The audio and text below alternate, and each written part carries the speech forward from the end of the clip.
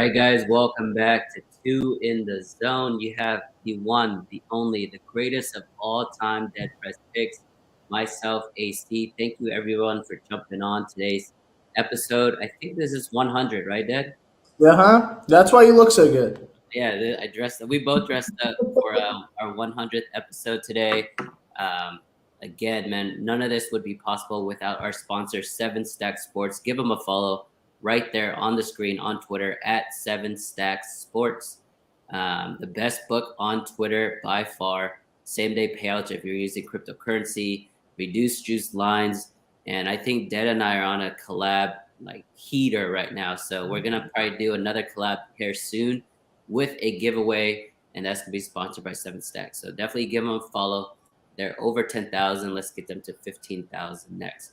All right, man. So I'll do a quick recap on yesterday, Dad. I'm here in Florida. I actually didn't get to watch much of the games yesterday, but I did have action on two of them. I was on the Hawks and the Pelicans.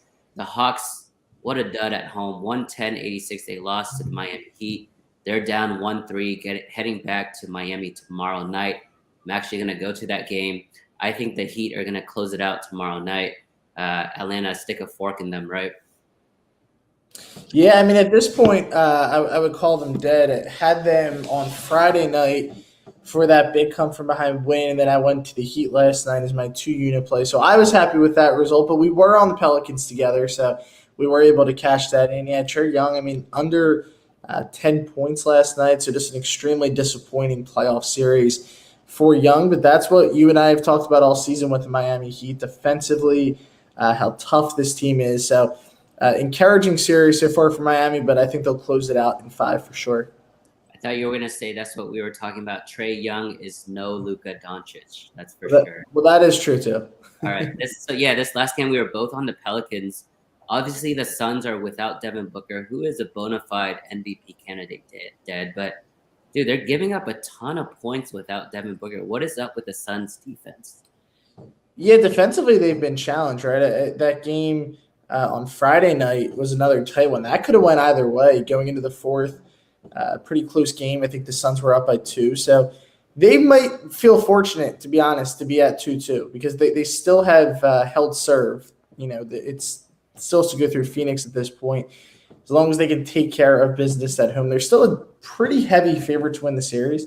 But yeah, defensively, I mean, they've struggled. You just got to give the Pels credit. Brandon Ingram, his first playoff appearance of his career, seems like the bright lights do not bother him. He's been great, and Willie Green's doing a great job, having them prepared. Valanciunas last night, massive game. Every time they really needed the basket and the Suns went on a run, it was him or Ingram who had the answer. So Pels are a fun team to watch. I mean, I tweeted it out last night. You gotta really wonder if they can pull this thing off because they're playing with so much energy right now. Legitimate shots. They should have won Game 3. They should have won Game 3. They could be up 3-1 in this series.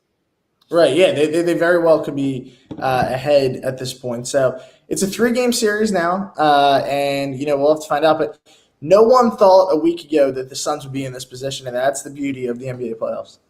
Exactly, and maybe if the series is extended, or maybe they make it to round 2, maybe we see a Zion appearance. But this game, so a couple games early yesterday, I had an 8 a.m. flight. I landed in Miami around 11 a.m. I was so disoriented, man. I thought it was a Monday, but it was a Sunday. There's already basketball on the TV as I was landing in the airport. The Bucks took care of business against the Bulls. 119-95. I don't think we need to get into this, but this is a gentleman's sweep, right? This is going to end in Game 5. Props to the Bucks, though. No Chris Middleton, and everybody really stepped up. Yeah, I mean, they really did. In both games, you have to go to Chicago, who is playoff hungry to win a series because it's been quite some time. So great basketball city. They would have the crowd behind them, but I mean, if you're the Bulls, you really had to feel good. You stole one in Milwaukee and no Chris Middleton. You figured you would get one at home, but neither game they could answer the call. So it's going to be Bucks in 5. The Bulls proved a lot of people right in the playoffs. Unfortunately for them, that they just couldn't beat the big teams this season. All right, in the final game here, I was on the Nuggets here, so thank God they pulled it off. They almost choked it again. They won it late, 126, 120 again, 121 against the Warriors. I think the big story here is not only Jokic, but from what I saw, Bones Highland did his thing. I think he hit like 3 threes in a row in the fourth that really opened the game up. The big question here, similar to the Suns that I have for you, Dad, the Warriors, arguably, one of the best defensive teams the last few years, especially during that championship run. They can't be giving up 126 to Jokic and friends, right? No, I mean that was a lackluster performance defensively for them, but we know how tough it is to sweep a team. The Nuggets get their win, and yeah, Jokic played great. He's played really well the last 2 games. I thought I was on them also with the spread, and I thought they were blowing that at the end. I mean, I thought they were losing the game outright at the spread, but yeah, got to give them credit. I mean, they made the plays down the line defensively. They sat down and got some big stops. But it's been proven. I mean, we'll get into this Nets-Celtics game, how difficult it is to sweep a team. Obviously, the Warriors are head and shoulders above the Nuggets as a team, but it's still tough to sweep. And, now you're the Nuggets 3-1. It's manageable in a sense, but they're not going to – I think it's Warriors in 5. Yeah, I agree. All right, man, let's go ahead and jump into tonight's games. If you want to give a quick shout-out to our sponsor, 7 Stacks. Yes, sir. All right, guys, and this is our 100th episode, so we're going to do something cool after the episode, probably a couple $100 giveaways or something like that. But we appreciate everybody who has been tuning in. If this is your first time, make sure you guys do it every Monday, Tuesday, and Thursday. We're going to be here in the early afternoon. This will run, obviously, through the NBA season, but then we'll continue it into MLB, NFL when the time comes. So we're going to be here all year long. The slate tonight, 3 games, but 3 really interesting games. The one game that has to be shocking at this point, the Nets are playing to avoid being swept, which is just an absurd statement that I bet a lot of people did not bank on saying at the beginning of the year. The spread, 1 point Nets favorite. They had a chance Saturday, right, to get this thing 2-1 and then just win your home games. Just no – I don't want to say no effort from the Nets, but it never felt like they had a chance on Saturday night. You could say it. You could say it. No effort from the Nets. It was Yeah. It's embarrassing to watch. Honestly, you have Kevin Durant, who's arguably there's a lot of people say without LeBron, maybe Giannis is up there, maybe Embiid is up there, but a lot of people actually regard Kevin Durant as the best player in the NBA right now in 2022. He definitely faltered. Kyrie Irving's supposed to be, super amazing with the ball. Obviously, he is apparently top 10, top 20 type player. He faltered. Honestly, that game was really, really frustrating to watch. I was on the Nets money line for only 1 unit. Really, really small play at minus 150. And just watching them turn the ball over and over again that led up to Jaylen Brown dunks, Jason Tatum dunks, Marcus Smart threes. I mean, it was just, like I said, embarrassing. If I was a fan in New York City and I had to watch the Nets and the Knicks, I'd kill myself. Yeah, I mean, it's not a good time to be an Nets fan with the expectation that they had. Obviously, the Ben Simmons saga going down now. The Nets fans can finally feel my pain and the pain of the Philadelphia 76ers with this guy just flat out not playing. The Celtics, though, and Nets tonight, obviously, there's a lot to get into. I'm on the Nets. Here I wrote up a piece this morning over at Odds Checker for the Nets. I mean, I just absolutely love the narrative of the NBA's vision of getting swept. I mean, Tim Donaghy was on today talking about how refs are actually instructed to essentially, favor the team who's down 3-0 in a series as a ref. So if you think about it from a business perspective, the NBA doesn't want any sweeps because more games equal more revenue for the league. So that's one thing right there where, I think when it's a game like this, I do look at that stuff. I think the Nets are too good to get swept. I think Kevin Durant goes off tonight. I think they bounce back. Because the Celtics, they've done their job, right? They stole one in Brooklyn, and they defended their home court. Now, at this point, they're not going to lose the series, but the intensity just has to be there tonight from the Nets. I mean, it has to be consistent. I don't see them getting swept. I think it's a big game from Durant. Like I said, I love his prop over as well. So I am all in on the Nets tonight, AC. What do you have on this game? Man, it's tough, dude. Just watching the first 3 games, I think the effort 100% is, in favor of the Boston Celtics. They just play really good defense. Now they have Robert Williams back. The line right now is moving to the Boston Celtics that opened up at Nets -2.5. It's now down to -1. That may be even closer to pick 'em towards the end, right before tip off. I'm gonna lay off, man. I just want to watch a game where I want to see good basketball. That first game was awesome, right? We saw a game winner from Jason Tatum, which was a choke, by the way, by the Nets.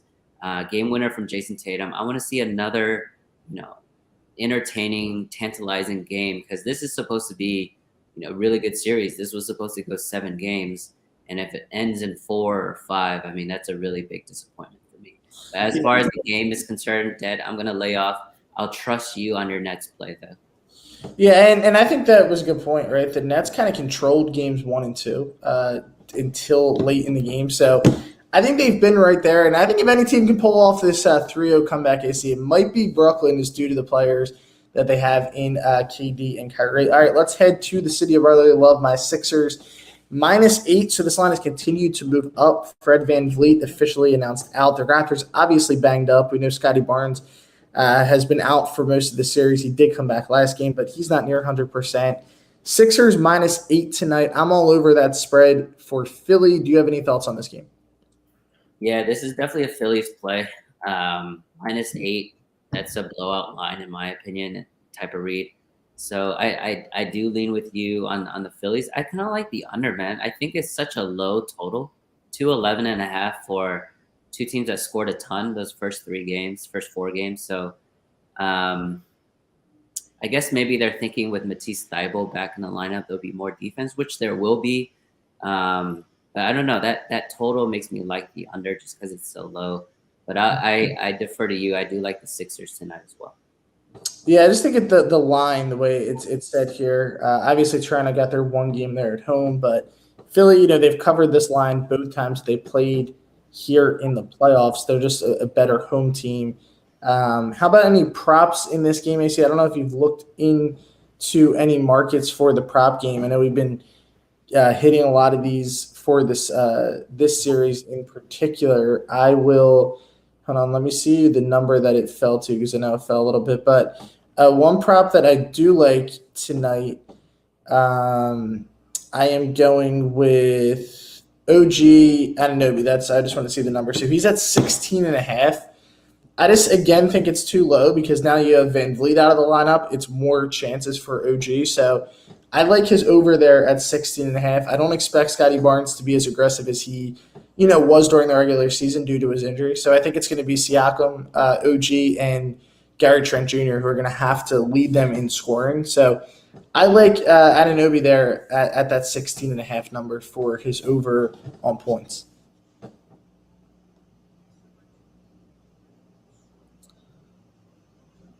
And it looks like we lost AC, so I'll be flying solo here for the final game unless he comes back. I hope no one. Hope he's all good. All right, so we got the Jazz and the Mavericks as the final game of the night. Just wrote up a piece here as well, guys, on Utah at +3. I love this line. Love this spread for them tonight. I think they bounced back kind of after, they didn't look all that good at home. They stole that game, obviously, from Dallas, but I think the line's a little bit off. Dallas has outplayed them in this series. Now Luke is back, and the line's only at -3. So I like this play a lot for Utah. I think that they will keep this game close enough throughout. I do think there's a good chance that they can win it.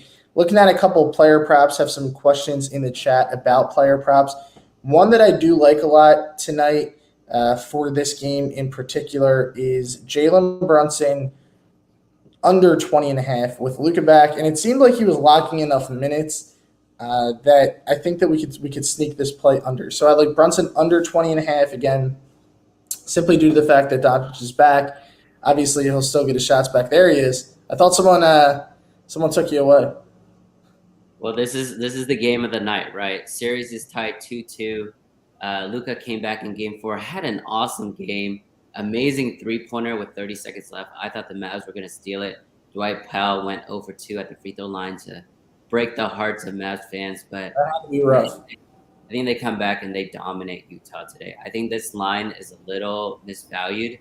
I think it's a little overreaction with how Utah plays, or how Utah just stole that game in Game 4. I think Utah's bad, man. Even like the celebration with Gobert and Donovan Mitchell after that alley-oop was a little awkward too. I mean, they just don't like each other. There's no real like camaraderie on this team. I think the first time Dallas goes on like a 10-0 run or 15-0 run, I think Utah's going to give up. So I like the Mavs. Give me -3 Mavs. I know it's the public play tonight, but guess what, Dad? The public is eating right now in the NBA playoffs. Mm-hmm. Yeah, well, we are going to be opposite here, but I mean, you made some good points. So hopefully the Mavs can win and the Jazz cover. You know that so then you can at least get a win. Maybe they'll win by like 2 or something. But I like the Jazz with the points tonight. Any other plays they see? Any props or anything, or do we bang it all out there? I think that game where Kevin Durant had 5 turnovers was really terrible. Celtics stole the game in Brooklyn. I think he's going to come out with a vengeance tonight. I just have, even though I hate on Kevin Durant, I respect that he is one of the top players in the league today and one of the top players all time, to be honest. He's really disrespected. Obviously, he made a terrible decision going to Golden State, and then he should just stayed. I don't know why he left. So now he made another bad decision by going to Brooklyn. With that being said, all this negative news around him, just bad press around him, I think he goes off tonight for at least 40. There's no one on the Celtics that can guard him one-on-one, and he just needs to realize, like, just play your game. Like, when he tries to force it like he did in game 3, that's when he has all those turnovers. He just needs to put his head down, get to a spot, and just rise over his defender, and I think Kevin Durant can do that tonight. All right, I love it. My read is the same. All right, time for the best bets of the night, AC. This will be the final segment, guys, so make sure you lock these in because they've been hot all season long. I'll kick us off on the diamond. I am going to go to Los Angeles. I'm going to take the Angels money line at -120. They play the Guardians tonight. They do face Shane Bieber, but they're still a favorite here. Just a line that I think is off. It's Lorenzen for the Angels. So Bieber, obviously, the much better arm here. The Guardians have been really good offensively too. So there's a lot to like on paper for the Guardians, but yet the line where it is, I think the Angels get it done here at home. So give me the Angels at -120. AC, what is your best bet of the night? That is going to be a collab for us, Dad, because I also love the Angels tonight. I think that's a huge line read, and they're at home. The Angels' bats are waking up, so I do like the Angels as a collab read, but you guys want a second play. I'm going to go with Dad's team. I like both of them. I love the Phillies and the Sixers tonight. So if you want to do a money line parlay, a Philly special, Philly special, I think tonight's the night. If you don't want to do that, Phillies -1 is like -120. I think that's pretty safe. And then the Sixers spread is -8. That's going to be a little sweaty because we know how they are when it comes to big spreads at home. But I think both teams do win tonight. So look at both teams. All right, let's do it. Again, guys, shout out to 7 Stack Sports since it's our 100th episode. I promise we'll have a couple giveaways for you guys tonight. Maybe that Angels collab pick attached to $100, but whatever it will be, keep your guys' eyes out because we have a lot coming. Make sure you guys sign up. And if you need that -1 line, like AC mentioned for baseball, 7 Stack Sports has -1 MLB line. So people DM me all the time about it. I continue to repeat it. A lot of people have gotten with them this season, but make sure you guys take advantage. All right, AC, enjoy your trip tonight, and we will be back tomorrow, guys. Have a good night.